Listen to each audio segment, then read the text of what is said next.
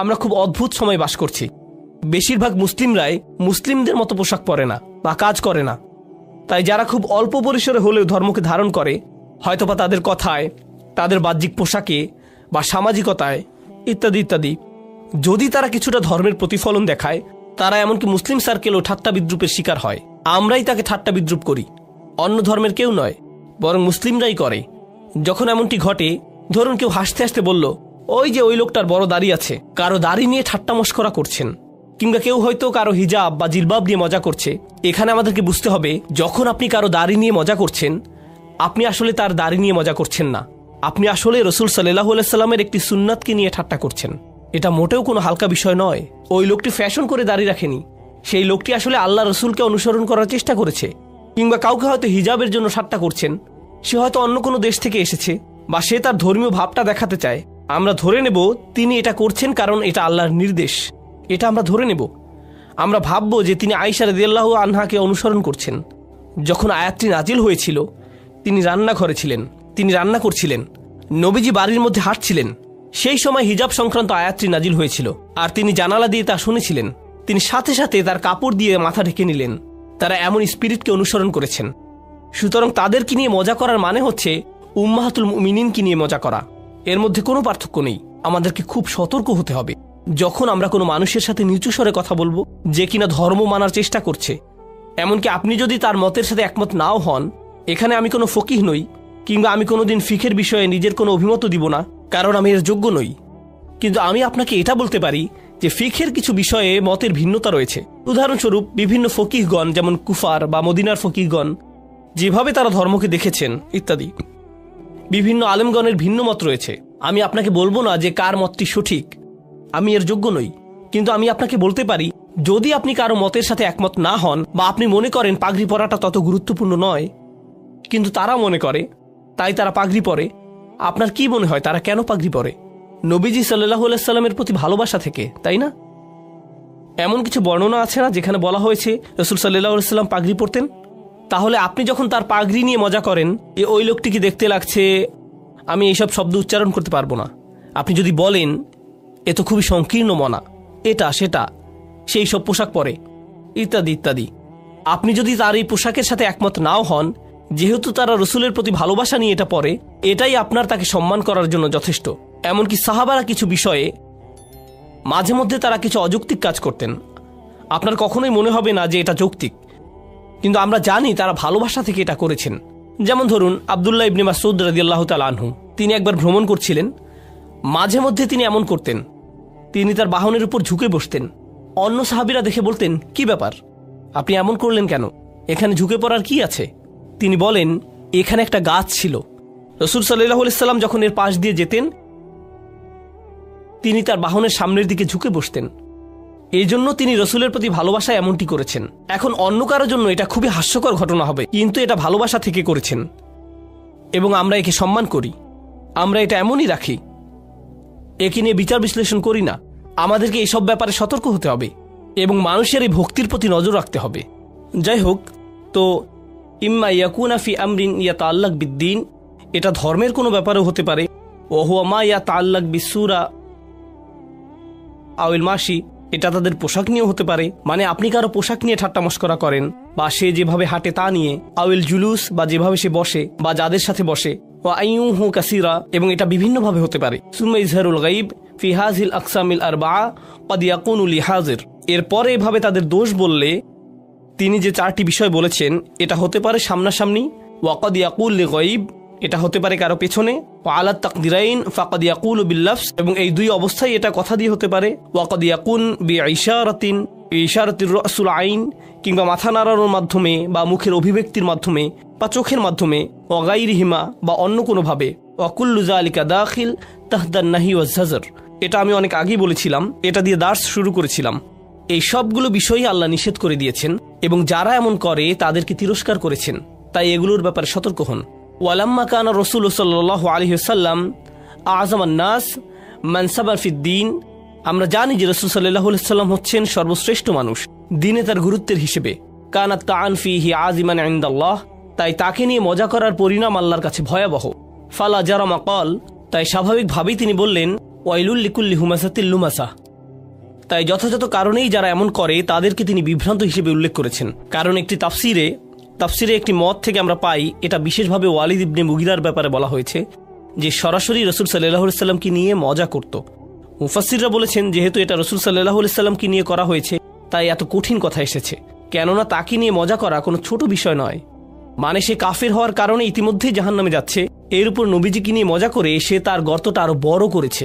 তোমার যতটুকু আছে তা কি পছন্দ হচ্ছে না? যদি সে রসুল সাল্লাল্লাহু আলাইহি সাল্লামকে নিয়ে কোনো মজা নাও করত, সে শুধু একজন কাফের, এটাই যথেষ্ট তার সর্বনাশ হওয়ার জন্য। কিন্তু সে আরো বড় বিভ্রান্তি ডেকে এনেছে। আর আশ-শাওকানি রাহিমাহুল্লাহর কিছু মন্তব্য পড়ব। হুয়া মুরতাফিউন আলাল ইবতিদা, ওয়াইল শব্দটি এখানে রফা, কারণ এটা হচ্ছে বাক্যে মুবতাদা। আসাউইগাল ইবতিদা মা কাউনিহি নাকিরা, এখানে নাকিরা দিয়ে তিনি শুরুটা বিশেষভাবে ব্যবহার করেছেন। নাকিরা মানে কি? ব্যাকরণগতভাবে নাকিরা অর্থ আলিফলাম ছাড়া, তাই জুমলায় ইসমিয়ায় আলিফলাম দিয়ে শুরু হয়। আল ওয়াইলু লিকুল্লি হুমাজাতিল লুমাজা। তিনি বলেন তিনি এখানে মারিফা না এনে নাকিরা ব্যবহার করায় এটা বিশেষ গুরুত্ব পেয়েছে। এখানে আলিফলাম ছাড়া ওয়াইল এসেছে, আল ওয়াইলু না বলে তিনি বলেছেন ওয়াইলুন। আসলে এর কি মহত্ব রয়েছে? কাউনুহু দুআউন আলাইহিম, এতে করে এটা তাদের বিপক্ষে অভিশাপ হিসাবে ব্যবহৃত হয়েছে। অর্থাৎ যদি আপনি বলেন আল ওয়াইল, এটা শুধু বর্ণনা হিসাবে ব্যবহৃত হয়, দুর্ভোগ তার জন্য যে হুমাজা ও লুমাজা। কিন্তু আপনি যদি আলিফলাম বাদ দেন, এতে করে বোঝায় আপনি শব্দটি দিয়ে কারোর জন্য দোয়া করছেন বা অভিশাপ দিচ্ছেন। অর্থাৎ এটা দিয়ে আল্লাহ তাদের উপর অভিশাপ দিচ্ছেন। এটা নিছক কোনো বর্ণনা নয়। বিষয়টা আমি আপনাদের বুঝিয়ে বলছি। কাউকে আরবিতে সালামুন আলাইকুম বলা যায়, এটা দিয়ে দুইটি বিষয় বোঝায়। একটি অর্থ হচ্ছে আমি আপনাকে বলছি যে আপনার উপর শান্তি আছে, এটা প্রথম, এটা নিছক বর্ণনা। দ্বিতীয়ত দোয়া করা, আপনার উপর শান্তি বর্ষিত হোক। দুইটি আলাদা বিষয়, একটি হলো বর্ণনা, অপরটি দোয়া। ব্যাকরণের ভাষায় একটি হলো খবরিয়া, অপরটি ইনশাইয়া। বুঝতে পারছেন তো? যখন আল্লাহ বলছেন ওয়াইলুন লিকুল্লি হুমাজাতিল লুমাজা, কদ ইয়াকুনু খবরিয়া কদ ইয়াকুনু ইনশাইয়া, এটা এমন হতে পারে যে আল্লাহ বলছেন আসলে এই লোকদের জন্য দুর্ভোগ, অথবা আল্লাহ বলছেন এই সকল লোকদের উপর দুর্ভোগ পড়ুক। আল্লাহ এখানে আল না বলায় দুইটি অর্থই প্রকাশ পাচ্ছে। যদি এখানে আল থাকতো তাহলে এটা শুধু খবরিয়া হতো, এটা কেবলই একটা বর্ণনা হতো, কিন্তু এটা দিয়ে উসলুব দোয়া প্রকাশ পেত না। এটা কোনো দোয়া বা অভিশাপ বা ডাকা এমন বোঝাতো না। ওয়াল মানা, এবার শাওকানি রাহমাহুল্লাহ তার তাফসিরে ফাথুল কাদিরে যে অর্থ বলেছেন সেটা দেখুন। তিনি বলেন ওয়াল মানা খিজুন, অপমান, ও আজাবুন, শাস্তি, আও হালাকাতুন বা দুর্ভোগ, আও ওয়াদিন ফি জাহান্নাম লিকুল্লি হুমাজাতিল লুমাজা, যে হুমাজা কিংবা লুমাজা তার স্থান হবে জাহান্নামের উপত্যকায়। অর্থাৎ নবীজির কয়েকটি হাদিসে আমরা পাই বর্ণনা করা হয়েছে এদের স্থান হবে জাহান্নামের তলদেশে, একে ওয়াইলও বলা হয়, এবং সেই তলদেশ এতই ভয়ঙ্কর হবে যে কিছু বর্ণনায় এসেছে স্বয়ং আগুন নিজে নিজের থেকে বাঁচতে চাইবে। এটাই হচ্ছে ওয়াইল। স্বাভাবিকভাবে এই শব্দের ব্যবহার যেমনই হোক, এটা হচ্ছে দুর্ভোগের চূড়ান্ত পর্যায়, সবচেয়ে তলদেশ। গারকিল আসফালি মিনান নার, তাদের জন্য যারা হচ্ছে হুমাজা আর লুমাজা। আল্লাহ আমাদের তাদের থেকে রক্ষা করুন। ক্বালা ইবনে কিসান হুমাজার ব্যাপারে বলেছেন, তিনি কি বলেছেন? আল্লাযী ইউসি জুলাসাহু বিসুইল লাফস, যে ব্যক্তি তার সাথের মানুষের নামে দোষ বলে তার ক্ষতি করে বেড়ায়। আল-লুমাজা ইয়াকসিরু আইনাহু আলা জালিসিহি, যে ব্যক্তি তার সাথের মানুষের উপর চোখ রাখে, অর্থাৎ সে তাদের উপর নজর রাখে, সে চোখ দিয়ে তাদের নিয়ে ঠাট্টা মশকরা করে।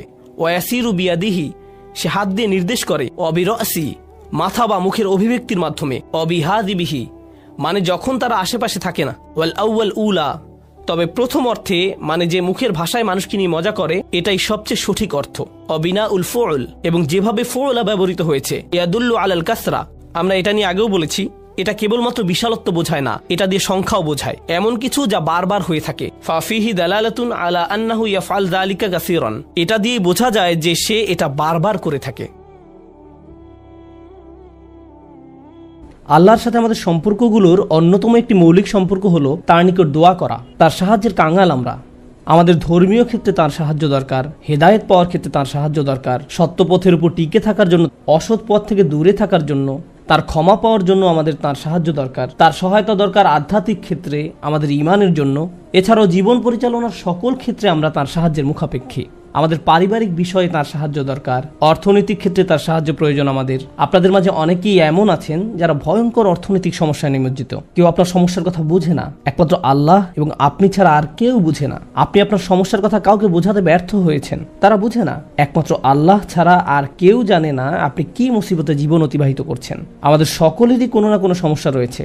আল্লাহ নিজেই দুনিয়ার জীবনের এই বাস্তবতার কথা কোরআনে উল্লেখ করেছেন। তিনি বলেন, লাকাদ খলাকনাল ইনসানা ফি কাবাদ, নিশ্চয়ই আমি মানুষকে শ্রম নির্ভর রূপে সৃষ্টি করেছি। হয় আপনি মানসিকভাবে পরিশ্রান্ত, না হয় ইমোশনালি আপনি ক্লান্ত।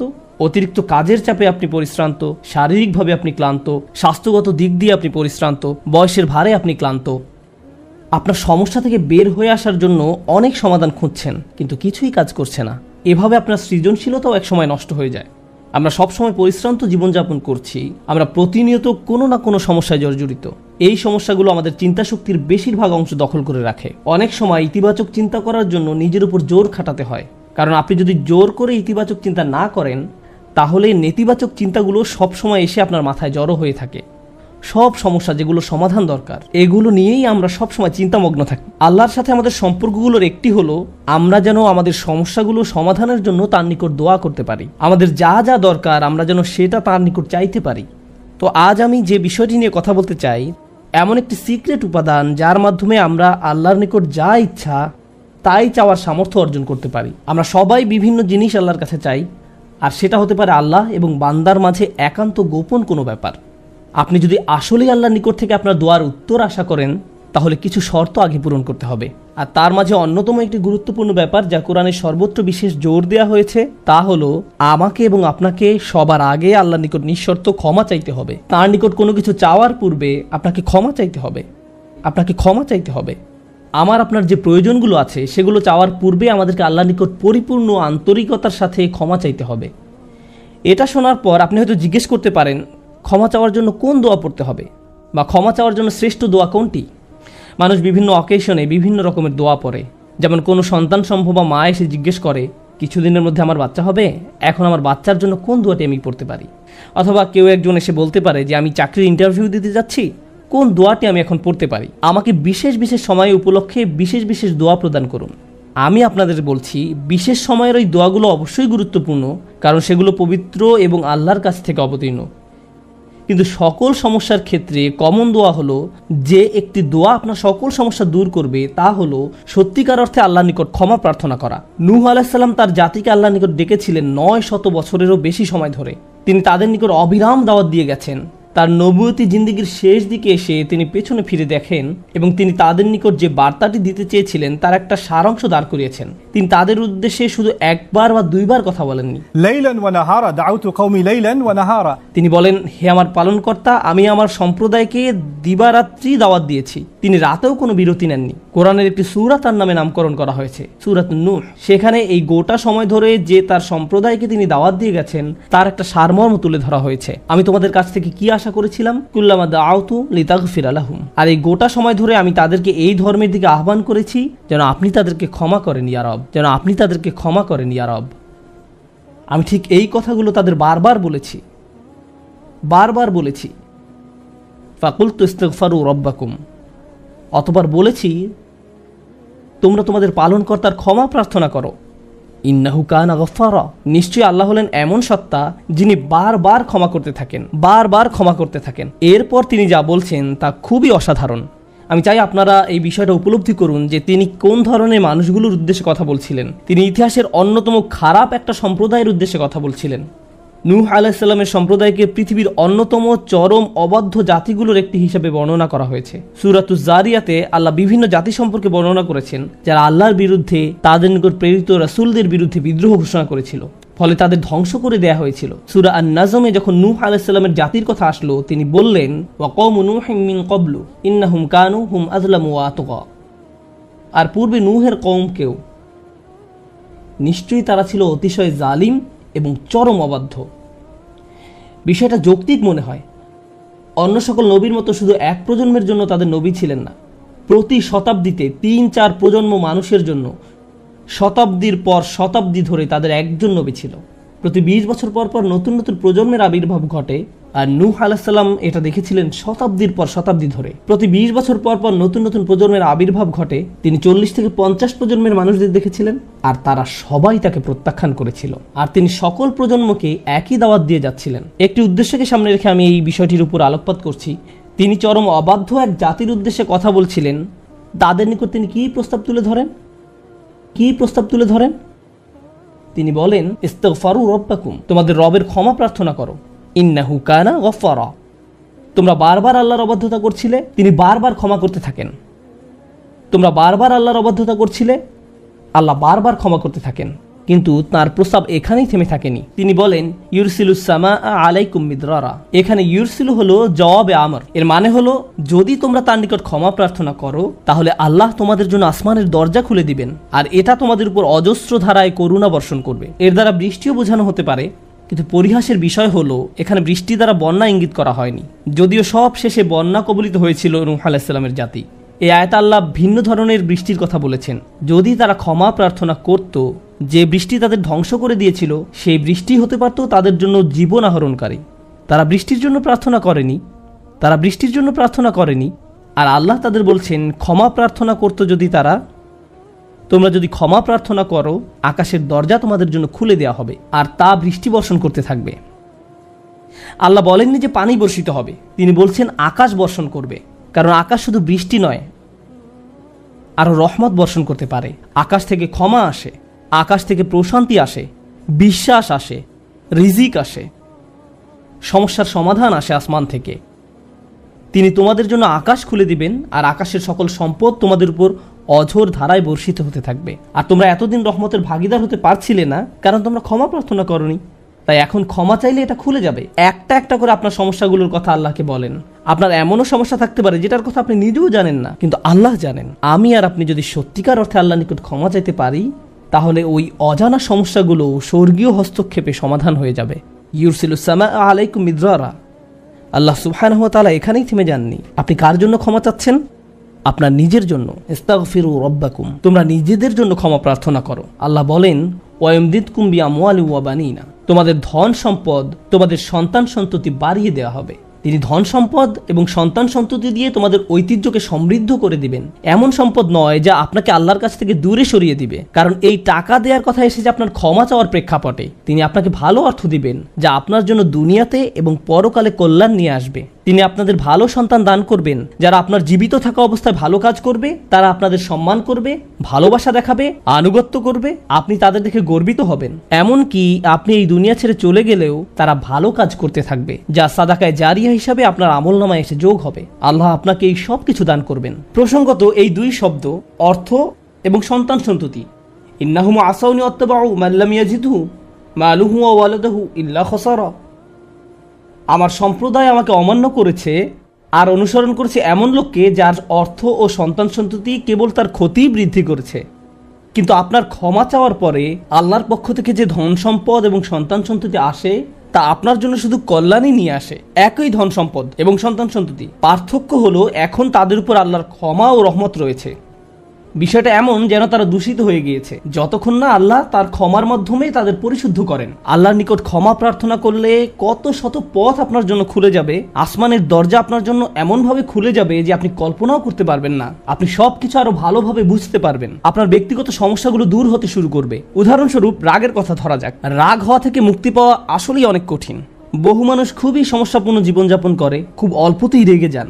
কিছু একটা তাদের সামান্যতেই ক্রোধান্বিত করে, আর তারা এর সাথে লড়াই করতে পারেন না। তারা তাদের এই সমস্যাটা বুঝতে পারেন, কিন্তু নিজের কাছে অসহায় হয়ে পড়েন এবং মনে মনে ভাবেন, না, আমার পক্ষে এই রাগ হওয়া থেকে মুক্তি পাওয়া সম্ভব না। হুদায়বিয়ার সন্ধির সময় সাহাবীরা খুবই রাগান্বিত হয়ে পড়েছিলেন। তাদের রাগ দূর করা সম্পর্কে আল্লাহ কি বলছেন? তিনি বলছেন, ওয়া আনজালাস সাকিনাতা ফি কুলুবিল মুমিনিন, তিনি আকাশ থেকে বিশ্বাসীদের অন্তরে প্রশান্তি নাজিল করলেন। প্রশান্তি আমাদের নিজেদের কাছ থেকে আসে না, আমরা নিজেদের প্রশান্ত করতে পারি না। মুসা আলাইহিস সালামের মা ভয়ে টেনশনে প্রায় মারা যাচ্ছিলেন, যখন তার ছোট শিশু একটা বক্সে বন্দি করে পানিতে ভাসিয়ে দিলেন। লাউলা আর রাবাতনা আলা কলবিহা, যদি আমি তার হৃদয়কে দৃঢ় করে না দিতাম। তার নিজের পক্ষে সে অন্তরকে দৃঢ় করা সম্ভব ছিল না। ঐশ্বরিক হস্তক্ষেপ বলে এটা ব্যাপার আছে।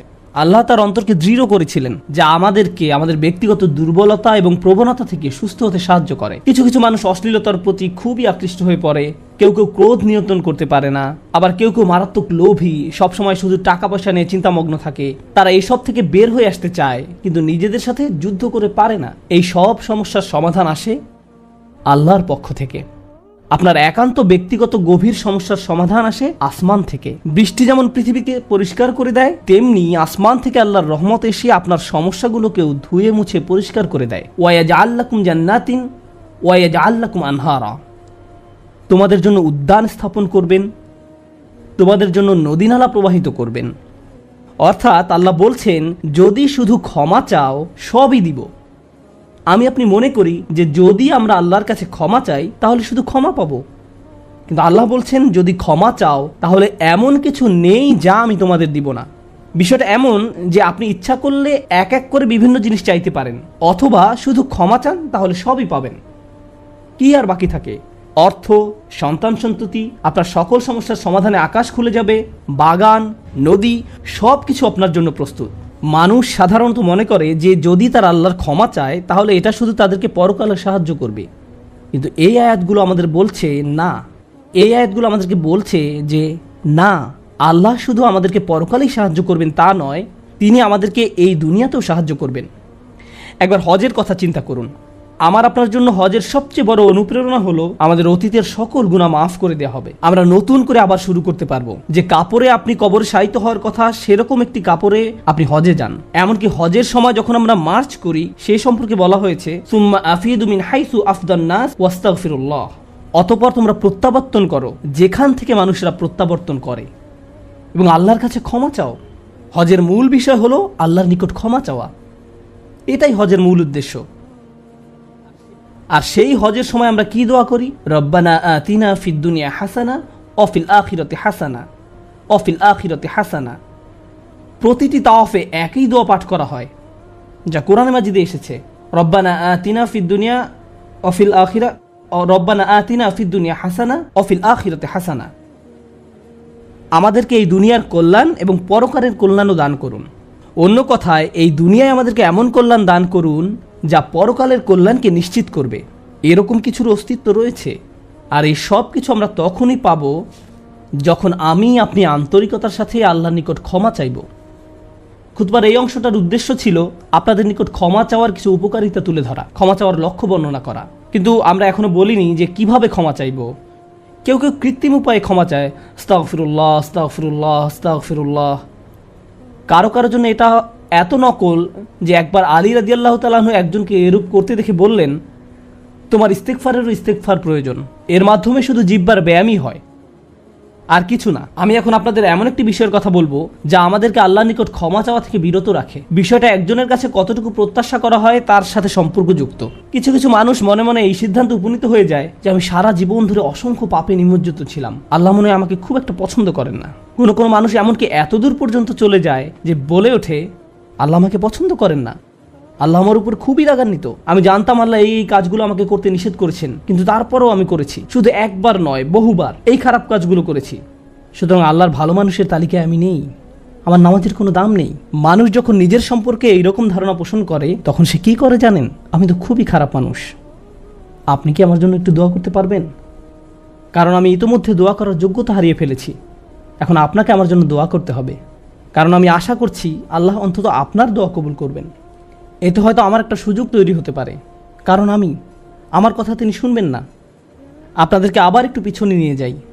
নূহ আলাইহিসসালাম কাদের কাছে আল্লাহর নিকট ক্ষমা চাওয়ার এই প্রস্তাব তুলে ধরেছিলেন? নূহ আলাইহিসসালাম কি এমন মানুষদের নিকট এই প্রস্তাব তুলে ধরেছিলেন যারা সারা রাত মসজিদে কাটাতো, যারা প্রতি বছর হজ পালন করতে যেত, রোজা রাখত এবং অন্যান্য সৎ কাজ করত? না, নূহ আলাইহিসসালাম ক্ষমা পাওয়ার এই প্রস্তাব তুলে ধরেন ইতিহাসের অন্যতম একটি বিদ্রোহী সম্প্রদায়ের প্রতি, যারা প্রজন্মের পর প্রজন্ম ধরে বিদ্রোহী ছিল।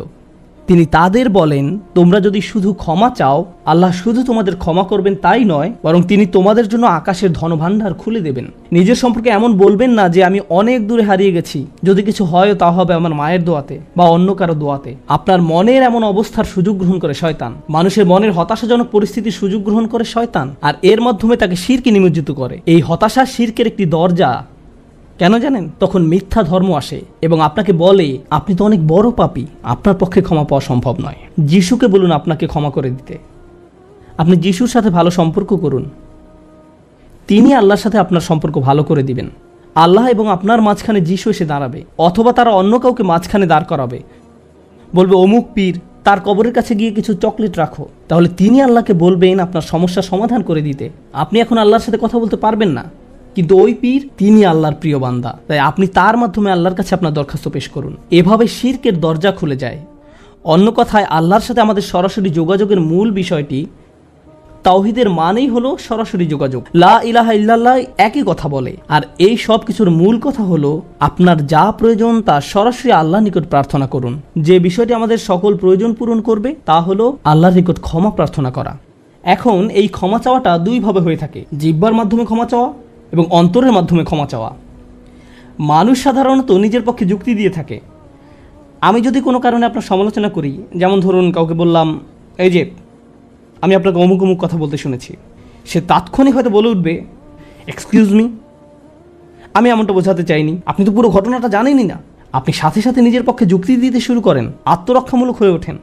বালিল ইনসানু আলা নাফসিহি বাসীরা ওয়ালাউ আলকা মাআযিরা। মানুষ নিজের সম্পর্কে সুধারণা পোষণ করে, তারা প্রচুর অজুহাত দেখায়।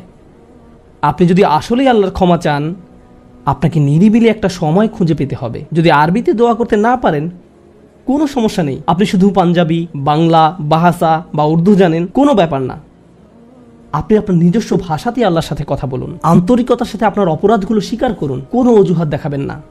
এরকমটা করতে পারা আসলেই কঠিন, কারণ আয়নার সামনে দাঁড়িয়েও আমরা নিজের সাথে মিথ্যে কথা বলি, নিজেকে এভাবে প্রবোধ দেই আমি আসলে অত খারাপ না, আমি যা যা করেছি তার কারণ আছে। যখন আপনি আল্লাহর সামনে দাঁড়াবেন, নিজের কাজের বৈধতা দেওয়ার কথা ভুলে যান। আল্লাহ জানেন আপনি কি অবস্থার মধ্যে দিয়ে যাচ্ছেন, তিনি জানেন এটা কঠিন সময় ছিল, তিনি জানেন অমুক অমুক বিষয় আপনাকে সম্পূর্ণ গ্রাস করে ফেলেছিল। ইয়া রব, আমি অনেক চাপের মধ্যে ছিলাম তাই মদ খেয়েছি। তিনি আপনার সবগুলো অজুহাত সম্পর্কে আপনার চেয়ে ভালোভাবে জানেন। আপনাকে অকপটে তার নিকট আসতে হবে, ফিল্টার ছাড়া, কোনো দ্বিধাদ্বন্দ্ব ছাড়া, নির্দ্বিধায়, কোনো রকমের বিব্রত বোধ করা ছাড়া। অনেক সময় আমরা নিজেদের পাপ স্বীকার করতে বিব্রত বোধ করি, একরাশ লজ্জা এসে আমাদের জড়িয়ে ধরে। কিন্তু যতক্ষণ না আপনি আল্লাহর নিকট অকপটে সকল পাপ স্বীকার করে নিচ্ছেন, আর এভাবে যখন নিজের উপর যে অন্যায়গুলো এতদিন ধরে করে এসছেন তা আপনি মুখ দিয়ে উচ্চারণ করতে শুরু করবেন, আমার বিশ্বাস করতে কষ্ট হয় যে সে সময় আপনার চোখ দিয়ে কোনো অশ্রু নির্গত হবে না।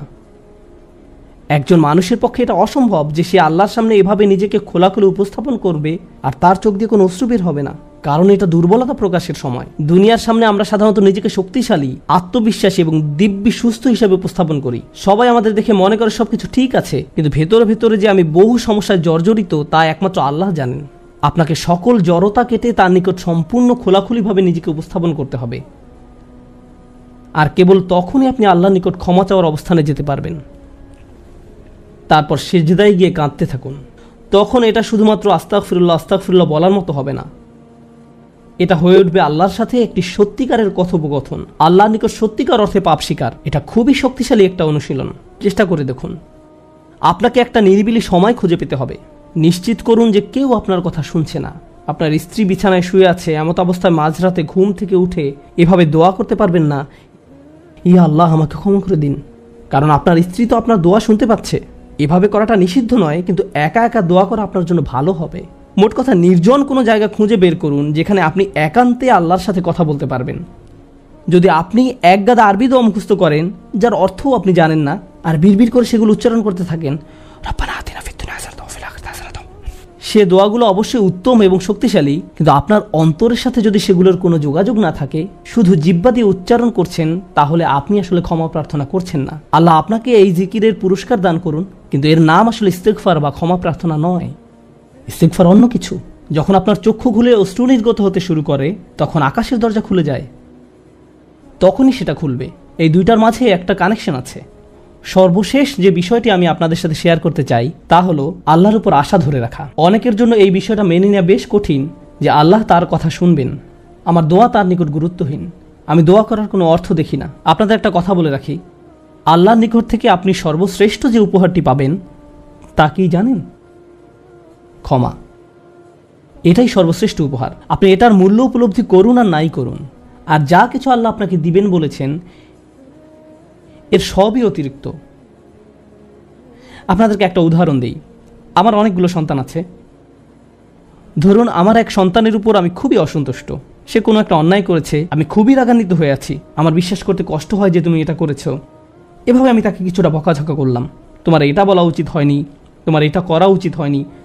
তার পরের দিন অন্য এক সময় আমার জন্য তার কিছু একটা করার কথা, যেমন আমার জন্য একটা কার্ড বানানোর কথা, যাতে লেখা থাকবে বাবা আমি তোমাকে ভালোবাসি। সে জিনিসটা আঁকলো, কিন্তু তারপর কি মনে করে কাগজটা টুকরা টুকরা করে ময়লার বক্সে ফেলে দিল। এটা দেখে তার অন্য ভাই বলল, তুমি এটা ফেলে দিলে কেন? জবাবে সে বলল, বাবা আমার উপর খুবই রাগান্বিত, তিনি এটার প্রতি কোনো গুরুত্ব দিবেন বলে মনে হয় না। আমি যদি জানতাম যে সে বিষয়টাকে এভাবে দেখছে, তাহলে আমি কি করতাম? আমি কি এভাবে বলতাম যে হ্যাঁ ফেলে দাও? না, বরং আমি আবেগে কেঁদে ফেলতাম। কিভাবে তুমি ভাবতে পারলে যে আমি তোমাকে আর ভালোবাসি না? হ্যাঁ তুমি অন্যায় করেছো, তুমি ভুল করেছো, কিন্তু তুমি এখনো আমার সন্তান। তুমি 1000 বার ভুল করলেও আমি তোমাকে ভালোবাসবো। আমাকে ওই কার্ডটি দাও, আমি সেটা ফ্রেমে বাঁধিয়ে রাখবো, ময়লার বাক্স থেকে নিয়ে গ্লাসে আটকিয়ে রাখবো, সারা জীবন ধরে যত্ন করে রাখবো। কেন? কারণ আমি আমার সন্তানদের ভালোবাসি, তারা যতই ভুল করুক না কেন, এমনকি যদি তাদের আচরণ আমাকে রাগান্বিতও করে। এটা শুধু আমি এবং আমার সন্তানদের সম্পর্ক। কিন্তু আমি আমার আর সন্তানদের নিয়ে কথা বলছি না। এই উদাহরণের মাধ্যমে আমি কথা বলছি আমার এবং আল্লাহর সম্পর্ক নিয়ে। আমি ভুল করি, আল্লাহ এমনকি আমাকে বকাঝকাও করেন না। আমি ভুল করার কারণে তিনি আমার উপর বজ্রপাত করেননি, তিনি আমাকে জাহান্নামে নিক্ষেপ করেননি, তিনি আমার হার্টবিট বন্ধ করে দেননি। যখনই আমি মিথ্যে বলি, আমি বোবা হয়ে যাই না।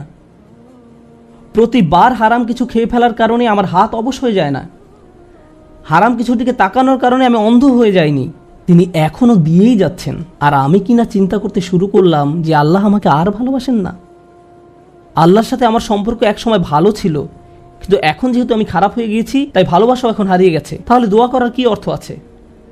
মনে রাখুন, আল্লাহর মতো কেউ আপনাকে ভালোবাসে না। আমি আমার সন্তান বা পিতামাতার প্রতি যে ভালোবাসা প্রদর্শন করি, তা আল্লাহ তাআলা আমার ভেতরে দিয়েছেন। আমরা এমনি এমনি কাউকে ভালোবাসতে সক্ষম নই।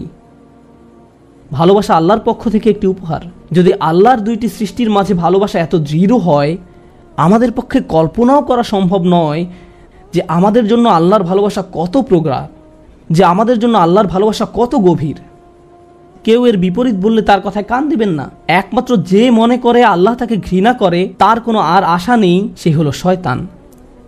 সে এটা বিশ্বাস করে তার ক্ষমা চাওয়ার কোনো কারণ নেই, কারণ তার সকল আশা হারিয়ে গেছে, আর সে নিজের সম্পর্কে এটা মেনে নিয়েছে। এখন আপনি যদি নিজের সম্পর্কে এরকম মনে করেন, তাহলে কার পথ আপনি অনুসরণ করছেন? একবার চিন্তা করে দেখুন। যদি আদম আলাইহিস সালাম জান্নাতে থাকা অবস্থায়, আর জান্নাতের চেয়ে উত্তম কোনো জায়গা তো আর আপনার পক্ষে থাকা সম্ভব নয়, তারপর তিনি একটি ভুল করলেন আর আল্লাহ আযজা ওয়া জাল্লা তাকে দুনিয়াতে পাঠিয়ে দিলেন। এখন আদম আলাইহিস সালাম যদি এরকম চিন্তা করতেন, আমার এত বড় একটা ডিমোশন হয়ে গেল, আমি কিভাবে আল্লাহর সাথে আবার কথা বলবো? আমি তাকে এত হতাশ করার পর কিভাবে কথা বলবো? কিন্তু আল্লাহ তাকে শিখিয়ে দিলেন কি করতে হবে, কিভাবে তার অন্তর আবার ঠিক করতে হবে। রব্বানা যালামনা আনফুসানা ওয়া ইল্লাম তাগফির লানা ওয়া তারহামনা লানাকুনান্না মিনাল খাসিরিন। জান্নাতের তুলনায় দুনিয়া তো কিছুই না। তিনি জান্নাত থেকে দুনিয়ায় এলেন, এত দূর নেমে আসা সত্ত্বেও এখনো তিনি আল্লাহর নিকটেই আছেন। এই শব্দগুলোই আল্লাহর সাথে তার সম্পর্ক আবার জুড়ে দিল। দোয়ার উপর আস্থা হারাবেন না। এত দূর নেমে আসা সত্ত্বেও এখনো তিনি আল্লাহর নিকটেই আছেন। আন্তরিকভাবে আল্লাহর কাছে কিভাবে দোয়া করবেন, তার প্রস্তুতি এখনই শুরু করুন। মনে রাখুন, আল্লাহ আপনাদের সবার দোয়া শুনবেন। উজিবু দাওয়াতাদ দাঈ ইযা দাআন। এই ঘোষণাটি রমজান মাসের। আমি আহ্বানকারীটাকে সাড়া দেই যখন সে আমাকে ডাকে। এটা আল্লাহর অঙ্গীকার। আর আমি আপনি 1 নম্বর যে দোয়াটি করব, তা হলো ক্ষমা চাওয়ার দোয়া। আল্লাহ আমাদেরকে এমন মানুষে পরিণত করুন যারা সত্যিকার অর্থে ক্ষমা চায়। আল্লাহ আমাদের অন্তরে তার নিকট ক্ষমা প্রার্থনা করার তীব্র ব্যাকুলতা তৈরি করে দিন। আল্লাহ আমাদের অন্তরকে এমন নরম করে দিন যেন আমাদের চোখ দিয়ে অশ্রু নেমে আসে। আমরা যারা তার নিকট ক্ষমা প্রার্থনা করি, আমাদের সবার জন্য আল্লাহ আযজা ওয়া জাল্লা তার রিজিকের দরজা খুলে দিন। সর্বশেষ একটা বিষয় মনে করিয়ে দিতে চাই যে আল্লাহ আযজা ওয়া জাল্লা অনেক পথভ্রষ্ট জাতিকে ধ্বংস করা থেকে বিরত থাকেন। কেন জানেন? কারণ সেখানে এমন মানুষ রয়েছে যারা আল্লাহর নিকট ক্ষমা চায়। শুধু তাদের মাঝে এমন কিছু মানুষ রয়েছে যারা এখনও আল্লাহর নিকট ক্ষমা প্রার্থনা করে। তাদের কারণেই আল্লাহ গোটা জাতিকে আর ধ্বংস করেন না। ইস্তেগফার করা মানুষে পরিণত হন। আল্লাহ আমাদের সবাইকে রক্ষা করুন।